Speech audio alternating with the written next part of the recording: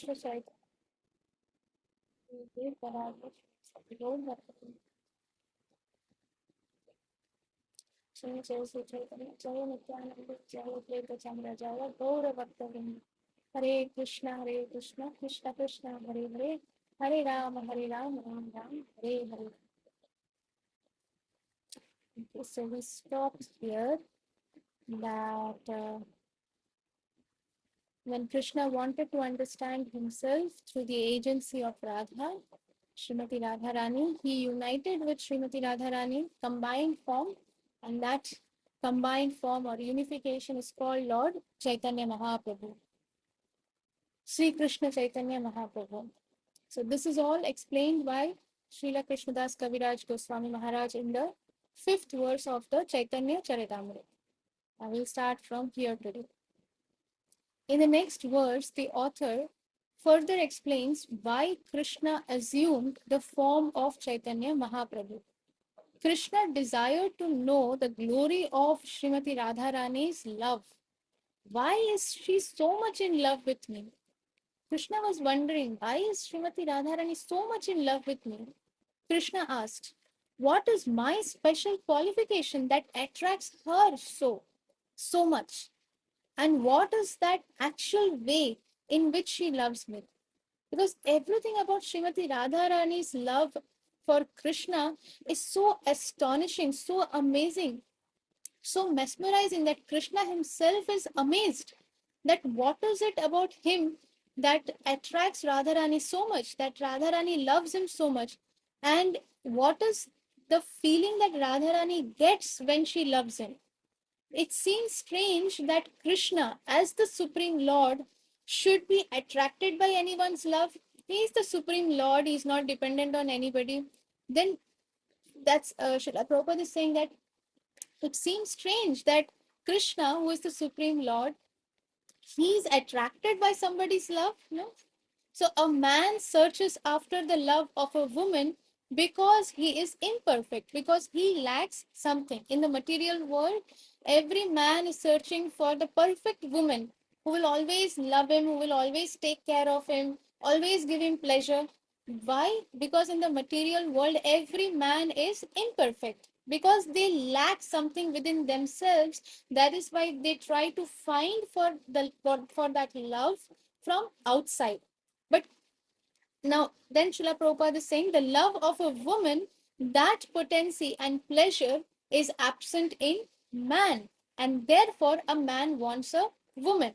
But this is not the case with Krishna, who is full in himself. Krishna is full in himself. He doesn't lack anything. Nothing is absent in him, and he is perfect. He is absolute.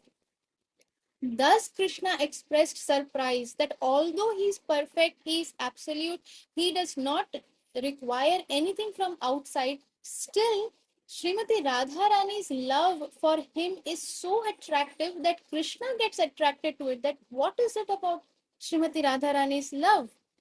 And therefore, he is surprised. Why am I attracted by Srimati Radharani?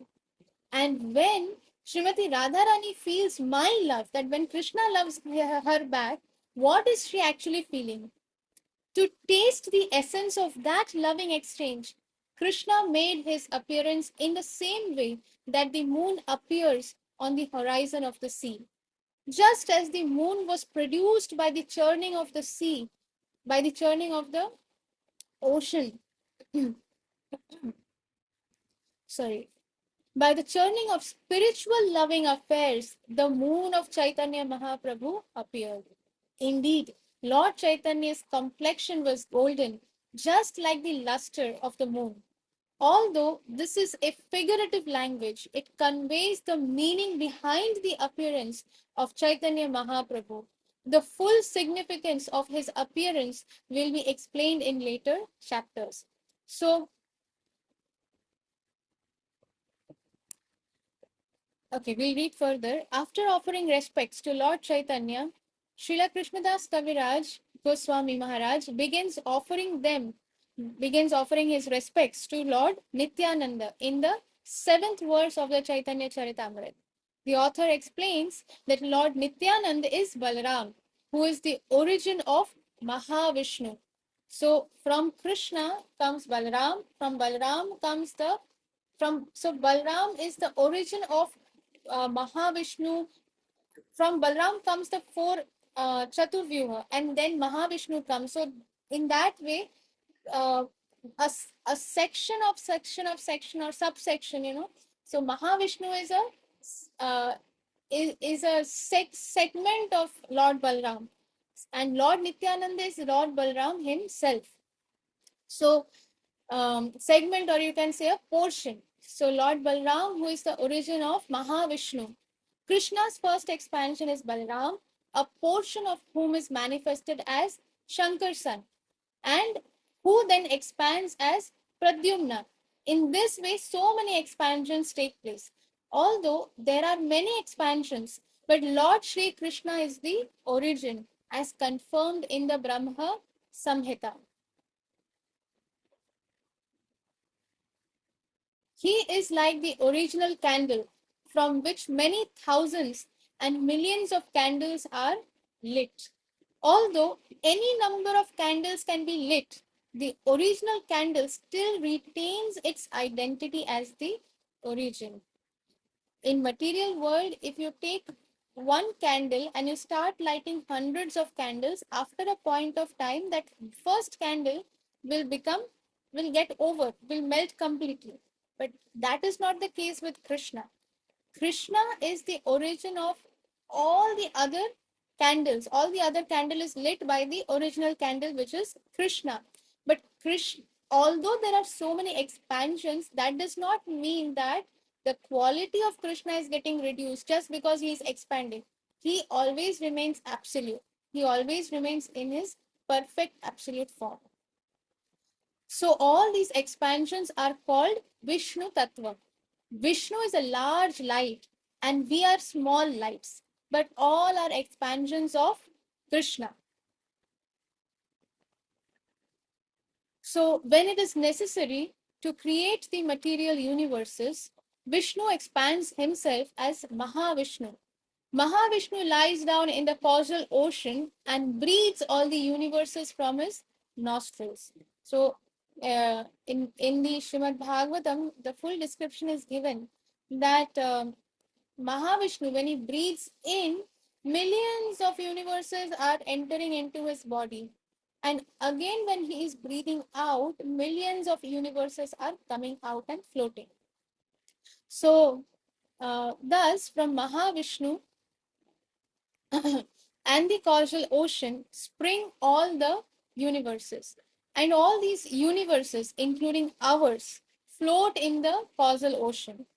In this regard, there is the story of Vaman, who, when he took 3 steps, stuck his foot through the covering of this universe. Water from the causal ocean flowed through the hole that his foot made. So the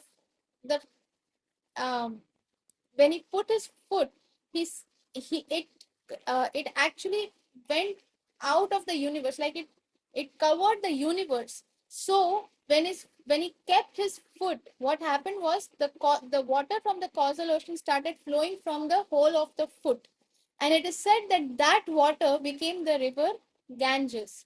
Therefore, the Ganges is accepted as the most sacred water of Vishnu and is worshipped by all Hindus from the Himalayas down to the Bay of Bengal.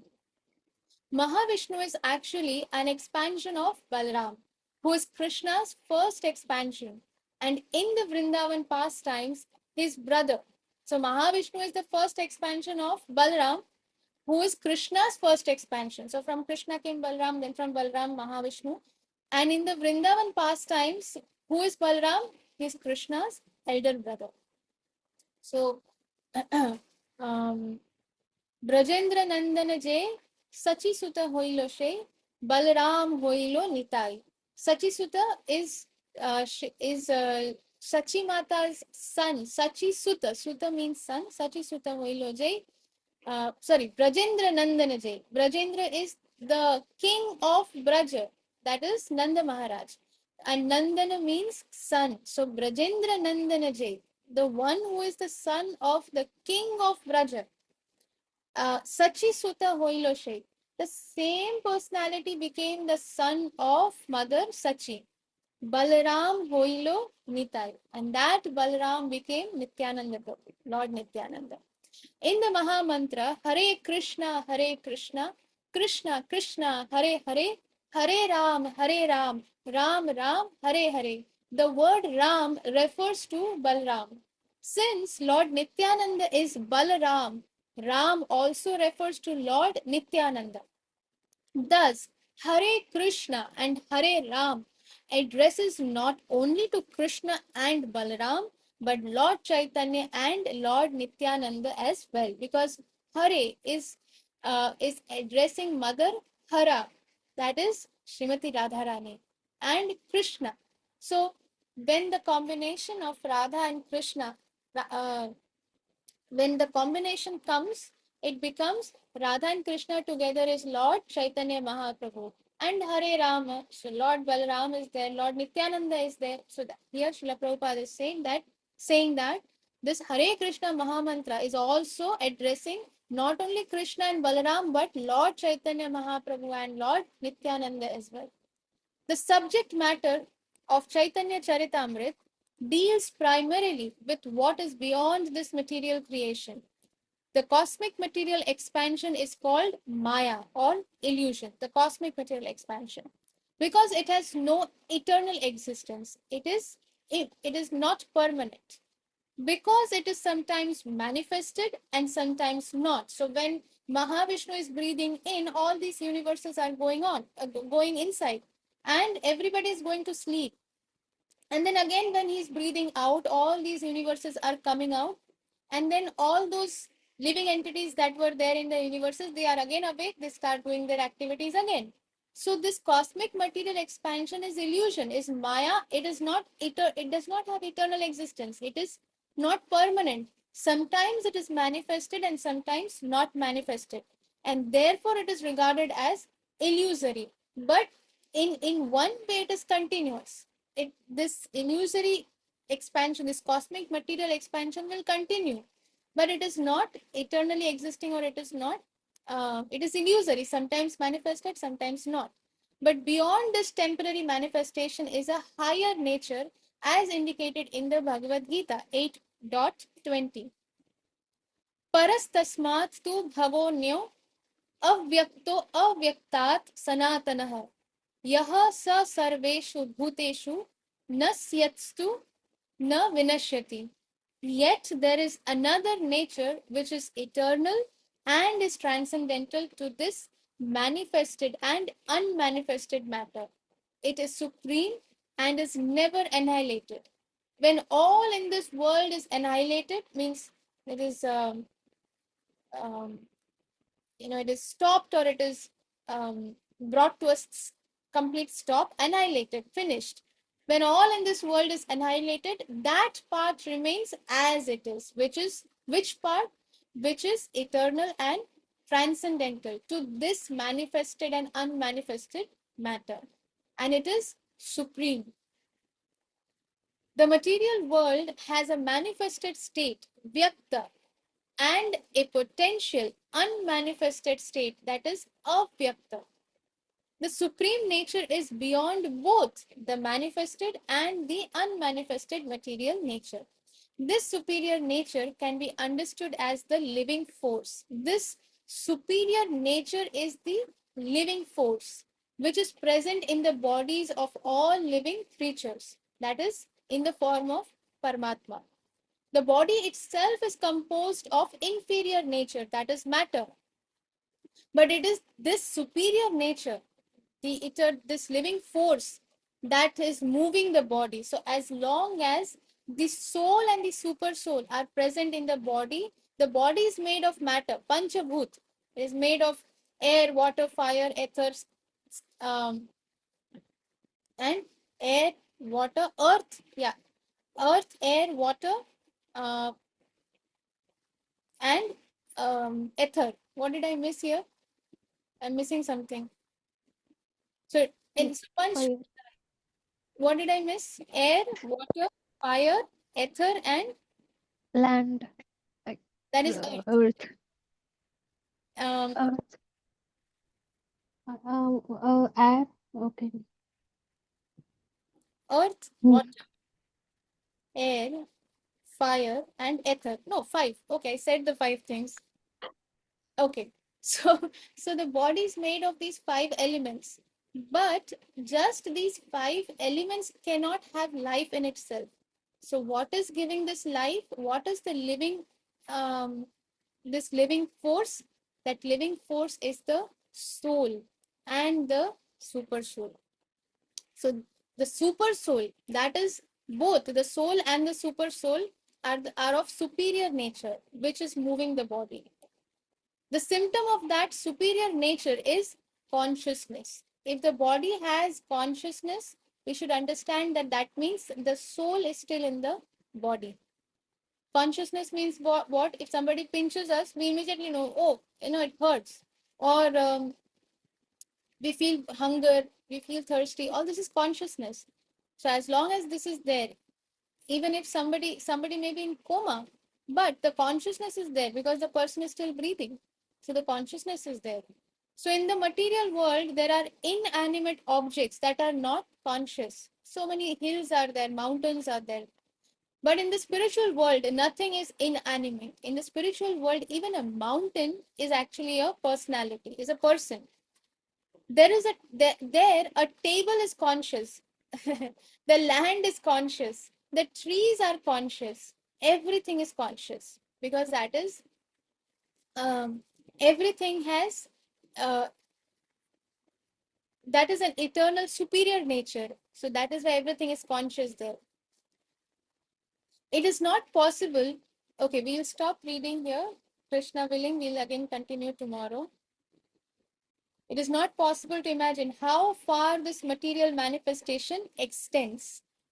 So we'll stop here, and Krishna willing, we'll continue tomorrow. And thank you so very much for your association. Let me hear all your Haribol, and let me offer my obeisances to all of you before that. Vancha kalpatrubhyascha kripa evacha पतितानां पावनेभ्यो वैष्णवेभ्यो नमो नमः। अनंत कोटि वैष्णव वृंद की जय। जय जय पताका स्वामी गुरु महाराज की जय। जय की जय। जय हरि हरि बोल। बोल हरि हरि बोल।